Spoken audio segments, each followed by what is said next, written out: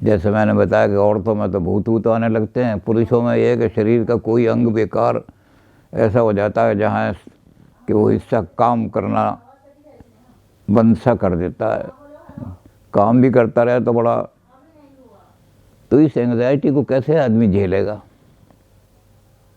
जिस एंग्जाइटी का एक्सट्रीम पे पहुंच गई है, एंग्जाइटी 80% पहुंच गई है, तो उसके लिए ईगो, क्योंकि ईगो का काम तो है सेल्फ प्रिजर्वेशन, तो ईगो कुछ रास्ते निकालती है। ये तो मजबूर था बेचारे को, कहीं रास्ता नहीं मिला होगा, नहीं तो रास्ते निकाल लेती है ईगो कोई ना कोई एंग्जाइटी से लड़ने के। उनको कहते हैं डिफेंस मैकेनिज्म।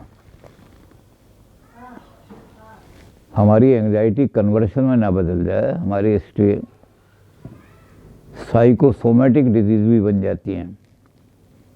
जैसे ये कन्वर्शन हिस्टीरिया है साइकोसोमेटिक, यानी साइकोलॉजी की वजह से ये बीमारी हुई है। अब उसके अपने डॉक्टर जो हैं, जो जहाँ वो पढ़ाता रहो तक वो उसको देख रहे हैं, जांच रहे हैं, हर तरह की नर्व फ्लूइड भी जांच रहे हैं, उसकी हड्डियाँ भी जांच रहे हैं, सबको देख रहे हैं और बाद में रिपोर्ट लिख रहे हैं प्योरली साइकोलॉजिकल।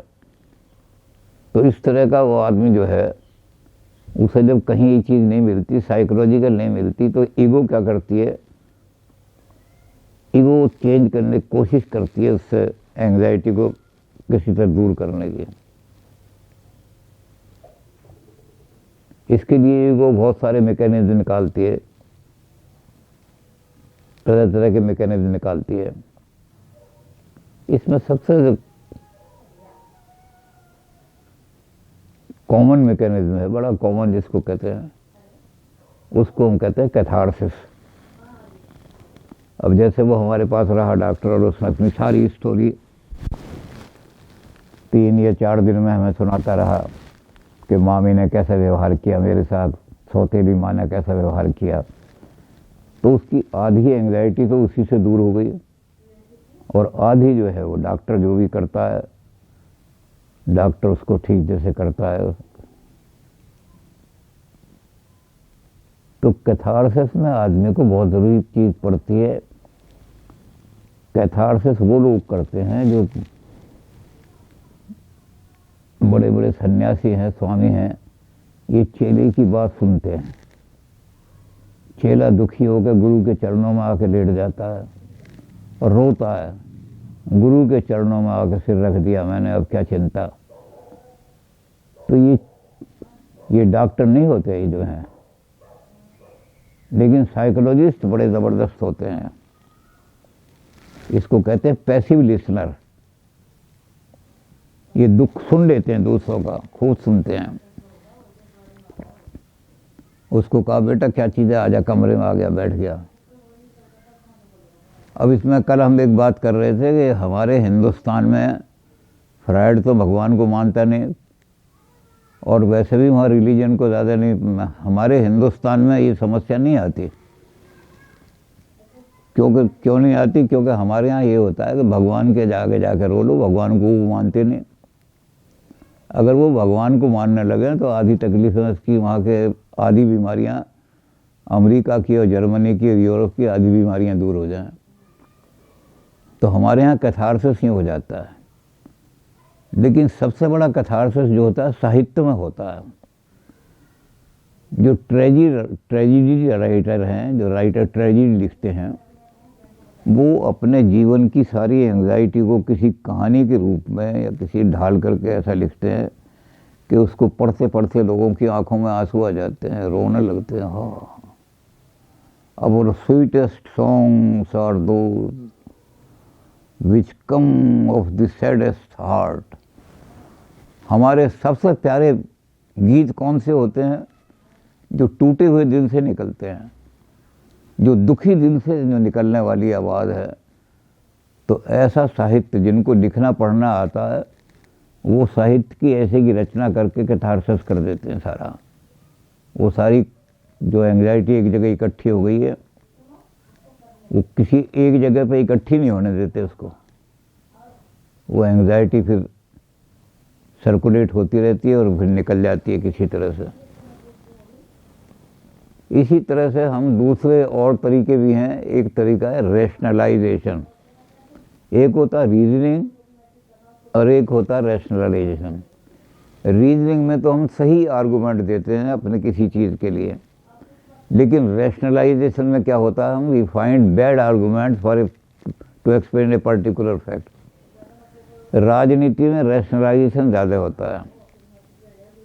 राजनीति में हमने एक आदमी को कहा, अरे तेरी मिनिस्ट्री में सबसे ज़्यादा घोटाला हो रहा है, तो वो ये नहीं कहेगा कि घोटाले अच्छे होते हैं या ख़राब होते हैं, वो कहेगा तेरी मिनिस्ट्री में तो इससे भी ज़्यादा घोटाला हुआ, मेरी मिनिस्ट्री में तो 2 ही करोड़ का घोटाला, जब तू मिनिस्टर था तो 5 करोड़ का घोटाला हुआ था। एक आदमी कहने लगा कि तेरी सिस्टर वहाँ पकड़ी गई गलत काम कराते हुए, तो कहेगा तेरी सिस्टर भी तो पकड़ी गई थी, अगर मेरी पकड़ी गई तो क्या हो गया। ये कहलाता है रैशनलाइजेशन। हम रैशनलाइजेशन के ज़रिए से भी अपने मन की एंग्जाइटी को फेंकना शुरू करते हैं। एक और तरीका है प्रोजेक्शन। हम अपने दोषों को दूसरों में देखने लगते हैं। मैं चोर हूँ तो मुझे लगता है ये भी चोर होगा, ये जो है इस तरह बैठा हुआ है, ये हमारे घर में से कहीं कोई चीज़ चुरा कर न ले जाए। तो प्रोजेक्शन के ज़रिए से मैं अपनी एंग्जाइटी उसके ऊपर डालना शुरू कर देता हूँ।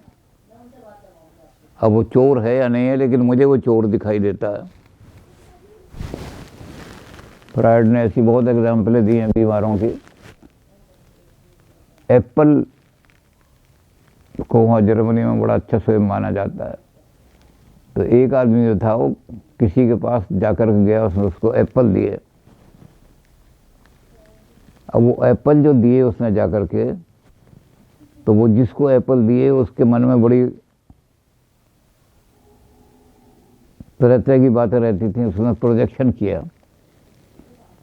फ्रायड कहता है वो एप्पल दे के चला गया, तो वो जो लेडी थी उसके पीछे भागी, जा कहली तुमने मुझे एप्पल क्यों दिए, कोई ख़ास बात है क्या, मुझे ही क्यों दिए, किसी और को क्यों नहीं दिए।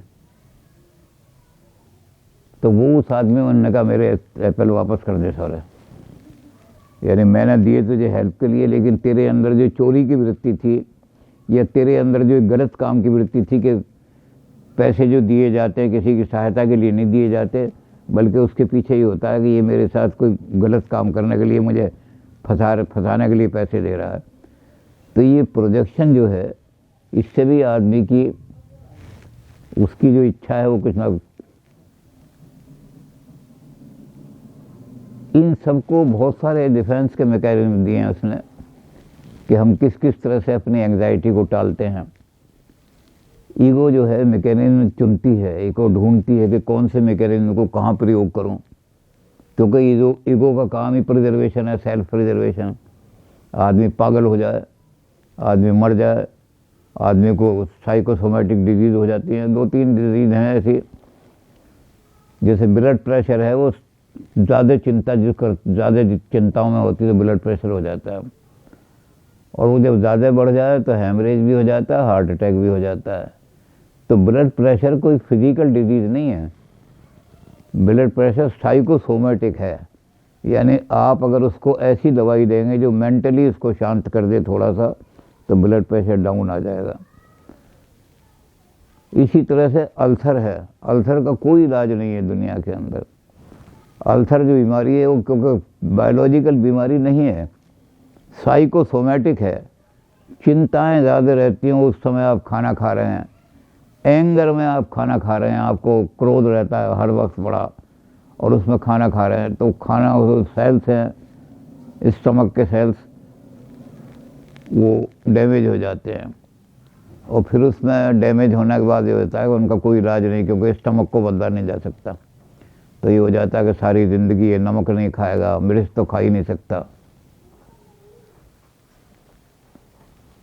तो ये बीमारी जो है ये साइकोसोमेटिक बीमारी है। यानी अब आदमी बहुत सारे यही करते हैं ना, ज़्यादा क्रोध भी आ रहा है तो रोटी छोड़ते नहीं। अब फ्रायड कहता है कि जब एंगर की स्थिति हो तो उस समय खाना नहीं खाना चाहिए, क्योंकि सेल्स जो हैं वो उसको रिसीव ही नहीं करते, और वो खाना खाएंगे तो वो सेल्स टूट जाएंगे, तो आपको अंदर बीमारियां हो जाएंगी। तो ये कहलाती हैं साइको, चिंता के कारण बीमारी। ये चिंता वाली बीमारी जो है ये फिजिकल बीमारी नहीं है, इनका इलाज कोई मेंटल डॉक्टर करेगा। अब जो नई रिसर्च हुई है, लोग अस्थमा को समझते थे सांस की बीमारी हो गई, सांस की बीमारी हो जाती है, तो कहते हैं सांस की बीमारी जो है और अस्थमा को माना जाता है इनक्योरेबल, कोई इलाज नहीं इसका। तो क्यों नहीं कि एलोपैथिक में कोई इलाज नहीं है इसका, मेडिकल साइंस में कोई इलाज नहीं है, इसका इलाज होगा साइकोलॉजी में। तो अब इसको साइकिस्थेनिया कहने लगे, यानी मेंटल परेशानी। जब तक चिंताएं रहेंगी आपको सांस ऐसे ही आती रहेगी।